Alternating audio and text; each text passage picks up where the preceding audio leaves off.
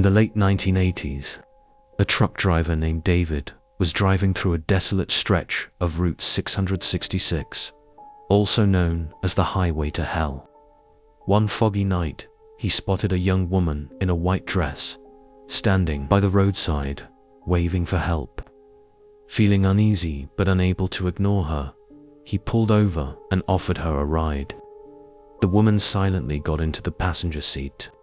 She never spoke but pointed toward a direction off the main highway. After a few miles, she suddenly vanished from the seat. Shocked, David stopped the truck and found her belongings, a locket with a photo of her family. Later, he learned that a woman matching her description had died in a car accident at that very spot years ago. Locals claimed she often appeared to lone drivers, leading them to her tragic resting place.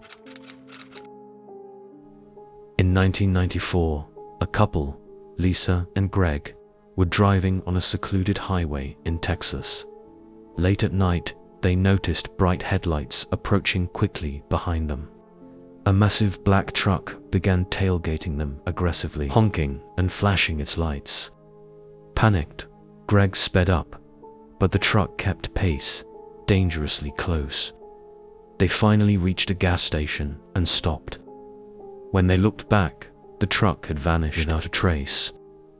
The attendant at the gas station told them the story of a local legend.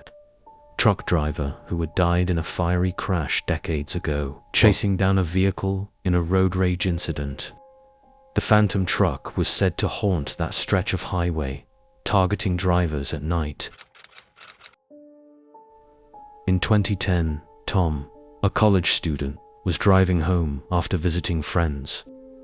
He accidentally took a wrong turn onto an unmarked road off a highway in Arizona.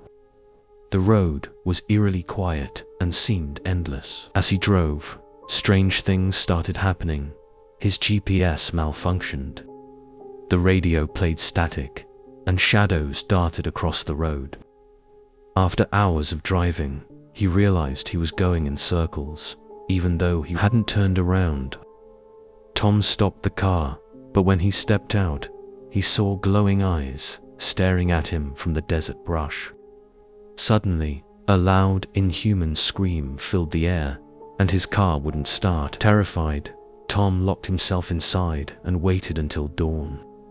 When daylight came, the road had disappeared, and he found himself back on the main highway. To this day, he doesn't know what happened or how he escaped.